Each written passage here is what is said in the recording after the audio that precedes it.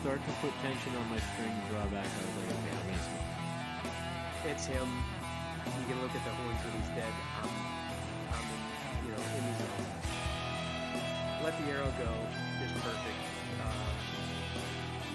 So when they lose their front shoulders, yeah, you start. Yeah, that's how you know they're smoking. Went about 5-10 more yards. We probably went 20 yards a little tip, then we tried getting back up. I saw him pull up. We rushed 4 meters rods that night. We got like 156 and something like that, and then the next day we came up to 163 even. You're listening to the White Cat Outdoors podcast, bringing you to the table where we talk about the outdoors. Welcome, everybody. Episode 119 of the White Cat Outdoors podcast. We are minus Tom tonight. He didn't feel like showing up because he's a bum. So it's just me and Nick. Yep. He can't defend himself on that, so might as well be true. Yep. Might as well just talk all the shit we possibly can while he's not here. Sounds like a plan to me. Yeah. So last week was just like the things that ground our gears about the hunting industry. Tonight is all about why Tom's a dirtbag. Yeah, we got to be careful doing roasts now. I mean, people are getting hit now for that kind of thing. Right? Yeah. Will Smith will come over to the studio and pop us one. The old 1-2 Will Smith. Moving on from that. From current events. What are we talking about tonight, White? Little turkey hunting trip that we're going to start planning. We actually you just brought it up to me like right before we started recording here. Well, I'll be honest, I was sitting there at lunchtime today, and I'm ready for turkey season. I'll just put it Big time. I'm just ready. I want to start shooting turkeys, and I have to wait all the way up until May 1st or something like that. I don't know the April exact date in 28th, PA. something. It's like pretty much May 1st. Yeah. And to do it, and I just don't want to wait that long. Mm-hmm. So started looking around, and I was like, you know what? We ought to do another out of excuse me, jeez. Looking to do another out-of-state turkey hunt this year. So I texted Tom, texted Frank, and I guess we'll just start with there. Mm-hmm. In the past we've done Ohio and Maryland, so I started looking there. You and Tom went to Kansas too. I don't know. Oh yeah, I did go to Kansas. Out west starts sooner than we do too, don't they? Yeah, but I was like, that's a long drive. That's a long. Yeah, you need more than what we have to go there, I guess. Yeah, that's not a weekend trip. No. So I started looking at Ohio, and Ohio season doesn't open until the weekend after Easter, and Maryland, I believe, was the same. So that's about the same as ours, maybe a week earlier. Actually, no. Like Easter is like April 12th or something like that. Mm-hmm. So April 17th, or no, Easter is April 17th. Yeah, April's what? Just whatever. Anyway, their season wasn't open yet. I was like, well, that's dumb. So yeah, like you said, it pretty much makes Ohio and Maryland open when we do. Yeah, it was like maybe a week before, but whatever. So I was like, oh, West Virginia, that one's pretty close to Pennsylvania. Try that one. They're also not going to be open. I was like, went down a little bit further, Virginia, and I was like, bingo bongo, that's the state. So when do they open? They open the weekend before Easter. Oh man. So basically, we would be there. We're thinking, I guess, break this down. Reason we're going over Easter is all of us try and save as much time as we can for hunting, and when we can, most of us I think will have off anyway for Good Friday. Yeah, if you can tack on a day on either side of your Easter break. Yeah, then you can, make your trip more worthwhile without burning as many days. Yeah. So that's if you have the ability to plan your hunts around holidays. We can do that right now without kids. Might change later down the road, but we're going to take advantage of it while we can. Yeah. Definitely going to utilize the no kid time while you got it. Yeah. So basically the first step for us is pick the state, figure out what state works with our schedule. Like Frank said, we could have went farther south. I know they're already hunting down south. Mm-hmm. But it just, when you only have 3-4 days, maybe you got to pick somewhere. You got to plan around your time schedule. Exactly. I would like to go down to Florida and shoot an Osceola. That would be pretty cool. The kid that we went gator hunting with a few years ago, he's killed some, and they're pretty wild. Has he ever hunted any other type of turkeys? I don't know. I was just curious. What is your problem? I don't know. Show some respect to the mic. I've been moving away. I was just curious if he had done any other so he could compare like what it's like hunting Osceolas. I mean, I'm sure he's Easterns. hunted Easterns, and because they're more popular than Osceolas in Florida. You know, Easterns are everywhere. So if you've Yeah. hunted turkeys, no matter what kind you're hunting, odds are you're hunting Easterns as well. Yeah, that's true. But yeah, we were there for gator hunting, so the bulk of the conversation was gator hunting, Mm-hmm. and then obviously some whitetail talk thrown in there, but a little bit about turkeys, but not a ton. Yeah, but right now we're trying to plan just a quick trip, Yeah. close. And after we select a state, I think the first thing after that is going straight to Onyx. Yeah, start mapping. Because none of us have ever hunted turkeys in Ohio or in Virginia. I'm going to screw that up a lot. Yeah, you're gonna say a lot of wrong states. Anyway, so we've never hunted Virginia. I've been to Virginia, but never for hunting whatsoever. So I really have no idea where to start, where public ground is. Yeah, Can I camp on public ground? Like that's, yeah. A lot of places there's rules to it, or you just can't do it. Yeah. So all those sort of things to consider when picking a state. But once you've got your state picked, we go straight to Onyx. If you pay, I think I just paid it. It's like $105 or something like that. I think it's right around $100 to get all 50 states. Oh, yeah, that's huge. Because I think it's like $29.99 per state. Yeah, and then they have like a 3-state package, and then Well, no, it's it's pretty much. I think it's $29.99 for a state, and then we figured out if you buy 3, you might as well just get all 50. Yeah, exactly. And we hunt so many different states. Like I typically am in 5 different states a year usually. Like PA, New York, Ohio, North Carolina, Florida, Alaska. Yeah, so me and Tom are in at least 3 a year. Yeah. Pennsylvania, New York, and then we always pick another state for either turkey or whitetail if we can. So it made no sense for us to just get 3 states. We just get all 50, and then you can put the map so you can see all the public ground. And we haven't even gotten into they that have with so many Virginia. different layers that you can put. There's like hundreds of layers you can put on the maps for just regular property lines, state lines.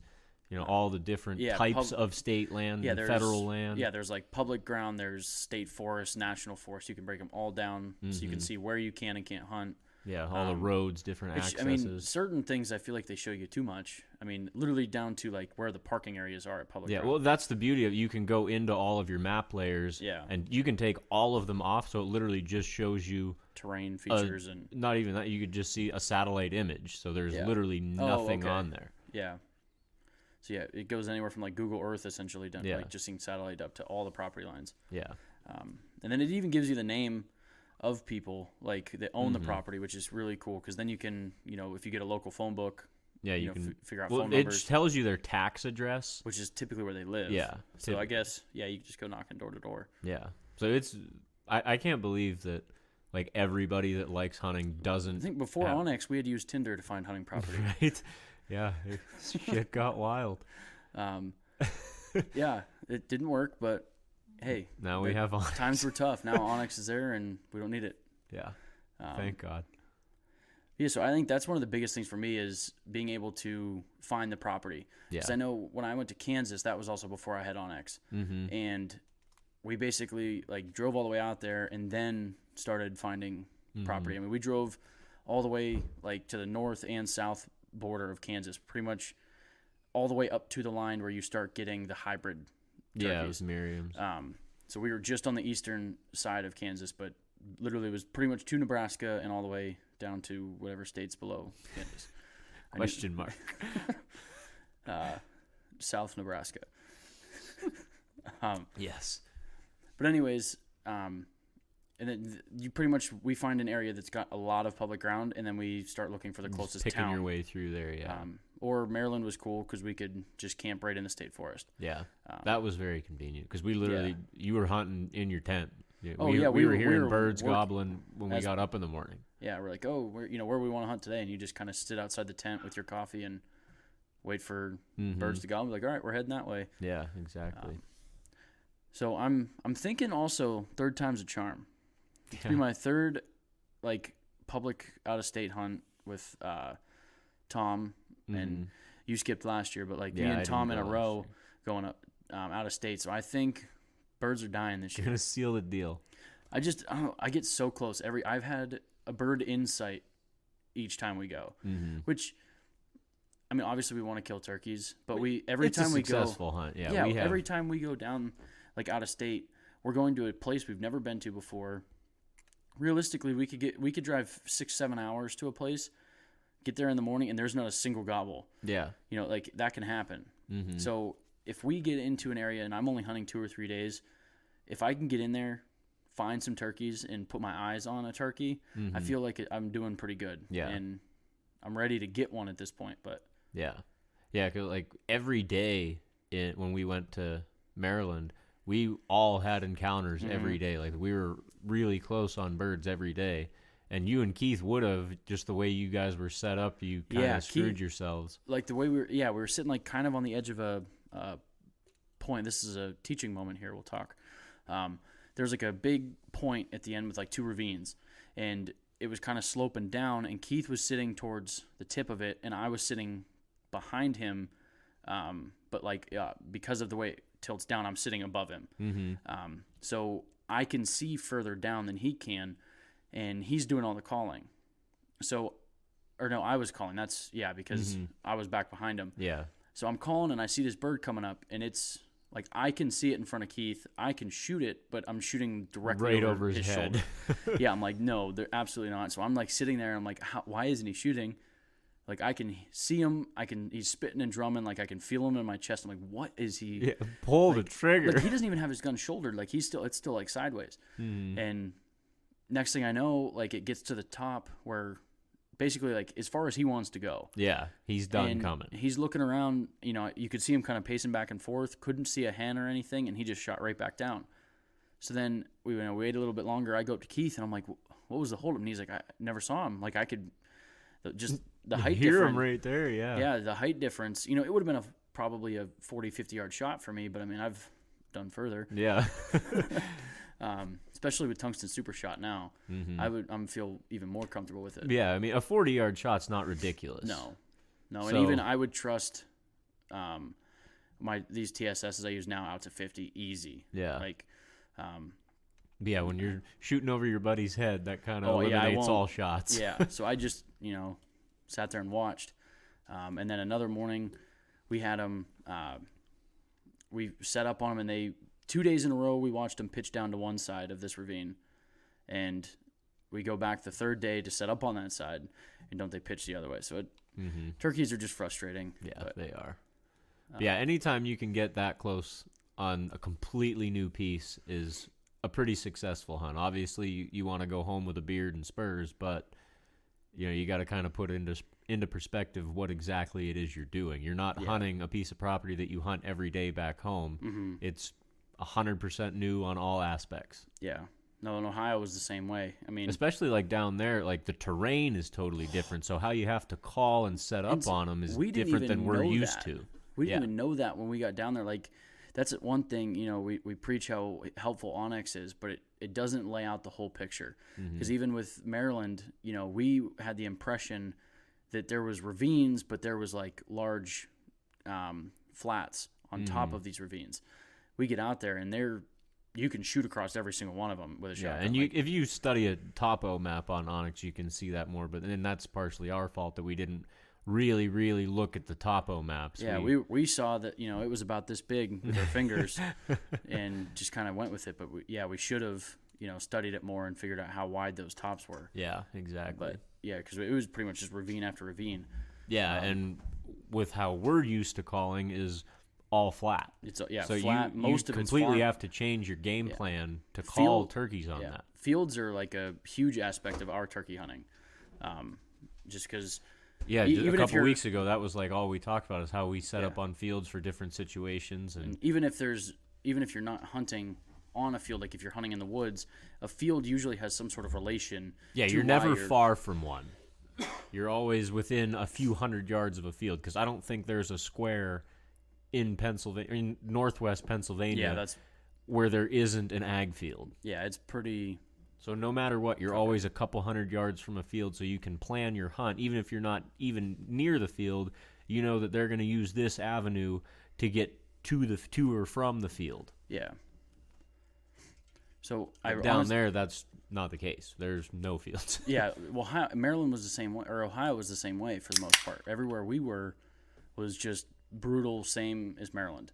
Mm-hmm. And I honestly I don't know what Virginia's like. I'm sure depending You're on going to where be in the Appalachian. It'll Yeah, so probably it's- be a lot like Maryland. Yeah. And Ohio, I think, was part of the Appalachians too, because we were down in like the southeast corner. Mm-hmm. So I'm sure it'll be similar terrain to what we've been hunting. But you know, I don't mind that challenge. It just Yeah, and you can apply that knowledge that from Maryland and calling through those ravines to this new state. You can assess the terrain and say, okay, this is just like where I was before. Mm-hmm. It's not like what I'm used to back home, but I've been in this situation before. yeah. So you can apply those different, and that's why it's so helpful hunting so many different states. You've seen so many different things. Yep. And even if you're not hunting on fields, like you said, you can kind of take some things you'd use there to give you a little bit of knowledge or something, like an educated guess. Yeah, exactly. Yeah, it's never an exact science. It's always an educated guess. Yeah, I'm hoping, honestly, I'd rather camp again. I think that was a lot of fun. It was a whole nother aspect to the hunt. Yeah, it was just neat to be hunting and sleeping in the same timber. Yeah. Versus like as much fun as we had, going to bars and everything when we stayed in Ohio, it just took away a little bit from the hunting hunt aspect of it. Like I can do both. I enjoy both. Mm-hmm. But this year, if weather allows, I think it'd be really cool to do similar. Cooking over a campfire every night and sleeping under the stars in my hammock, that kind of style. Definitely. And I think the hills of Virginia would allow that. I'm assuming that Virginia seems like a place that you could do that. Yeah, probably. I wouldn't doubt it. But like you said, that's something that a lot of people overlook when they're going, because most people just go straight to, okay, where's the nearest hotel? But you can save yourself a lot of time driving if you figure out if you can camp in certain places. And money too. I think we pay $10. Yeah, for 3 days on a campsite. Yeah. Yeah, so it's like nothing. So you can save yourself a lot of money. That's a primitive campsite. There's no hookups, there's no bathrums, anything. Yeah, there's a few stones for a fire pit. Yeah, that's literally it. And I think there might have been a picnic I would say table. I think there's a picnic table. I don't even know if you could actually sit at it. It was pretty rough. Mm-hmm. But even like when we were in Ohio, there was camping. We didn't use it, but we noticed there was actually like outhouses and stuff throughout the trails. So like you actually even had a bathroom in Ohio where you didn't have that in Maryland. Yeah. So we'll talk it over with Tommy. I know he said he's in. Yeah. I'll check my schedule. I'm sure I'm in too. So that'll be an interesting trip for sure. And like I said, I want to camp if we can. Yeah, I would definitely prefer to camp. Like you said, I enjoy the hotel and going to bars and doing that stuff, and it's a little bit more comfortable, but you have a limited amount of time to be there, so you want to make the most of it. And I would rather be, like you said, in the woods that you're hunting in. It saves you a lot of time driving. You can get a little bit more sleep and be more rested. Yeah, because you literally, like Frank said, I mean, we weren't exaggerating. We said literally we would wake up as we're getting dressed. You can hear birds gobbling in the distance, and it's like, okay. I remember the one morning, I think it was the last morning, Tom got a little too hooched up the night before, so he slept in. And I went out not terribly far from camp because I was a little hooched up the night before myself. And I had some birds going on like one side of camp, and I could hear a bunch more going on the other side of camp. And I was only like 200 yards from the tent. So I was like, I'm going to go get Tom's ass out of bed. So I ran back to the tent because I lost the birds that I had going. I ran back. I was like, Tom, get up. Like, there's a bird, like, it was literally like 100 yards from the tent. And Tom, like, flew up, got dressed, took off, and I went back the other way and got some more birds going, but never capitalized. But, that's the beauty of it. You can't do that if Tom's sleeping in a hotel. 20 minutes away. Yeah, exactly. And, during springtime like this, usually the weather's warm enough to do this kind of camping. Mm-hmm. It's not perfect. Yeah, you don't need a 40 below sleeping bag to be comfortable. Yeah. So I think we're going to start planning that. Next thing after you figure out where you're going to go in the state is just getting your tags. Mm-hmm. I did notice that it's 1 turkey per day up to 3 turkeys in Virginia. Oh, so we can just start laying them down. Yeah, that's the theory I'm going with anyway. Like 3-day hunt, 3 turkeys. Yeah. I'm way into that. Can you imagine if all of us killed 3 turkeys? Come on with 9 birds. That would be wild. I don't think I'd shoot 3. They'd have to all be monsters. Like the first one would be a Jake. Oh yeah, But after that, I'd be like, okay, I've satisfied the Jake itch. Oh yeah, the first one, the first bearded turkey I see is getting smoked. Dead. And then maybe we'll get a little. Maybe by the third one. Yeah. But I guess we'll wrap it up there. Hopefully Tom will be on next week, and maybe we can iron out some more of the details of this hunt. And because that's, I mean, realistically, that's only like a few 3 weeks away. Yeah. So that's another thing when turkey hunting is cheap. If you think of it's not like an elk hunt where you have to plan for months in advance and draw for tags. Like you can literally pull tags anywhere for turkey over the counter. Everything's over. Most of them we can just buy them online and print them off. Yeah, there's very little preparation for turkey hunting. So, and like you said, it's cheap. Yeah, it's fun. It's a great time. Yeah, it's a great way to stay in shape. And it's a great way to stay in shape. So I guess if you guys are like us and you can't wait till your opening day, make sure you guys just go to a different state, and that would make sure you have to get outside.